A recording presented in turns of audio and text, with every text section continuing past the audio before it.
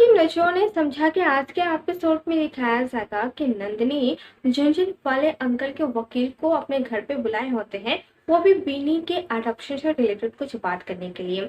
तभी यहाँ पे जो वकील है वो नंदिनी से पूछते हैं कि बीनी आपके बिना रह पाएगी। तो नंदिनी कहती है कि मुझे ये भी नहीं पता कि मैं उसके बिना रह पाऊंगी कि नहीं, क्योंकि मैंने उसके अलावा अपनी आगे की लाइफ सोची भी नहीं हूँ। तो यहाँ पे यही सब डिस्कस करती है। उसके बाद वकील पूछते हैं कि कौन लोग अडॉप्ट कर रहे हैं। तो यहाँ पे नंदिनी बताती है कि जो दर्श रावल है उनके चाचा चाची है। तो यहाँ पे नंदिनी ये भी बताती है कि वो इस घर की बहू है। तो यहाँ पे वकील को ये बात पता चल जाती है। तो वो कहते हैं कि मुझे पता नहीं था कि आप रावल्स फैमिली से बिलोंग करते हैं। तो नम्रता के बारे में आपसे कुछ बात करनी है। नम्रता अपने पति के ऊपर झूठा केस लिखवाना चाहती है। वो मेरे पास भी आई थी, पर मैंने तो उस काम के लिए मना कर दिया, पर वो किसी और वकील के पास गई है। तो यहाँ पे नंदिनी ये सुनने के बाद बहुत ज्यादा चौंक जाती है।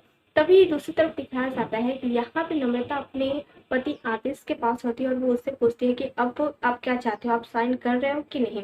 तो यहाँ पे आतिश कहता है कि जो पत्नी मुझसे प्यार नहीं कर रही है तो मैं उसके रहकर भी कोई फायदा नहीं है, जब प्यार ना हो तो कोई रिश्ता ही नहीं रहता है, इसीलिए मैं साइन करने के लिए तैयार हूँ। तो यहाँ पे वो मान जाता है और जो नम्रता है वो बहुत खुश होती है।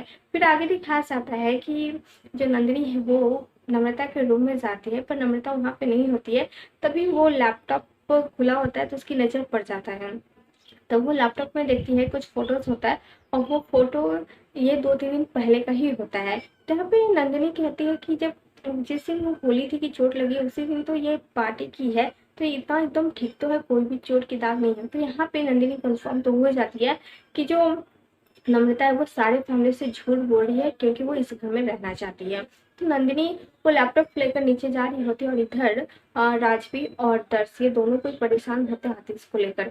तभी यहाँ पे नंदिनी जैसे ही नीचे हॉल में पहुंचते वैसे ही चार्मी से वो टकरा जाते हैं और वो लैपटॉप नीचे गिर जाता है।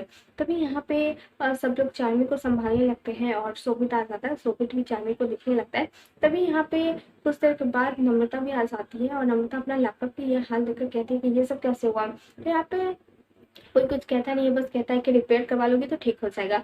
तो आप यही सब होता है। फिर आगे दिखाया जाता है कि शोभित चार्मी को लेकर अपने रूम में जाता है और नम्रता भी आती है लैपटॉप लेकर। वो कहती है कि ये लैपटॉप कौन क्या कर रहा था। तो यहाँ पे वो बता देती है कि ये लैपटॉप तो नंदिनी के हाथ में था। तो यहाँ पे ये दोनों को लगता है कि नंदिनी कुछ कर रही है उसके खिलाफ। तो यहाँ पे यही सब डिस्कस होता है। तो यहाँ पे नंदिनी विनी के स्कूल में आती है और वहाँ पे जो स्टाफ होते हैं उनसे पूछते हैं कि यहाँ पे कोई और था ना, तो वो कहाँ गए। तो वो बताते हैं कि एक औरत आई थी उसके पास और उससे बहुत सारा वो पैसा दी थी, और वो पैसा लेने के बाद उसका कुछ काम कर दिए, उसका तो नजर भी नहीं आ रहा है और वहां से चला गया। तो यहाँ पे नंदिनी इसको फोटो भी दिखाती तो कहती है हाँ ये वही औरत तो है। तो यहाँ पे नंदिनी पूरा कंफर्म हो जाती है कि नम्रता बहन ने ही विनी को किडनैपिंग करवा के उस आतिश का नाम फंसा दिया। तो यहाँ पे नंदिनी को सब कुछ पता चल जाता है। तभी आगे दिखाया जाता है कि यहाँ पे चार्मी विनी के मन में कुछ कुछ शक पैदा कर रही है कि जो दर्श है वो नंदिनी से उसे दूर कर रहे हैं। तो उसके दिमाग में ये बैठ जाता है। तो वो दर्श के पास आती है और कहती है कि आप मेरे एटीएम को मुझसे जो करना चाहते हो ना। यहाँ पे दर्श बार बार समझाते हैं पर वो समझना ही नहीं चाह रही होती है। तभी यहाँ पे नंदिनी भी आ जाती है और नंदिनी को ये समझ में नहीं आता कि ये सारी बातें वो दर्श को कैसे बताएं। तभी यहाँ पे जो जो दर्श है वो नंदिनी को कह रही है कि देखो ना इससे क्या हो गया, ये बार बार इससे ऐसा लग रहा है कि मैं तुम्हें इससे दूर कर रहा हूँ। तो यहाँ पे ये भी समझाती है और जो दर्श और नंदिनी ये दोनों प्लान किएंगे कहीं बाहर जाकर घूमने का।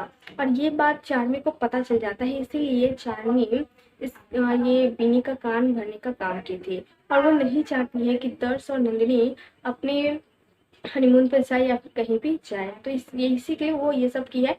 और यहाँ पे दर्श बहुत बार समझाते पर वो नहीं समझ रही होती है। तो दर्श नंदिनी से कहता है कि तुम इसे समझाओ, मैं जा रहा हूँ। तो यहाँ से दर्श चला जाता है और नंदिनी विनी को समझाती है कि तुम परेशान मत हो, कोई भी हम दोनों को अलग नहीं कर सकता है। और उसे यही सब बात कर रही होती है। तो आज के एपिसोड में बस इतना ही। आपको कैसा लगा जरूर बताना। वीडियो पसंद आया हो तो लाइक करना, कमेंट करना, शेयर करना।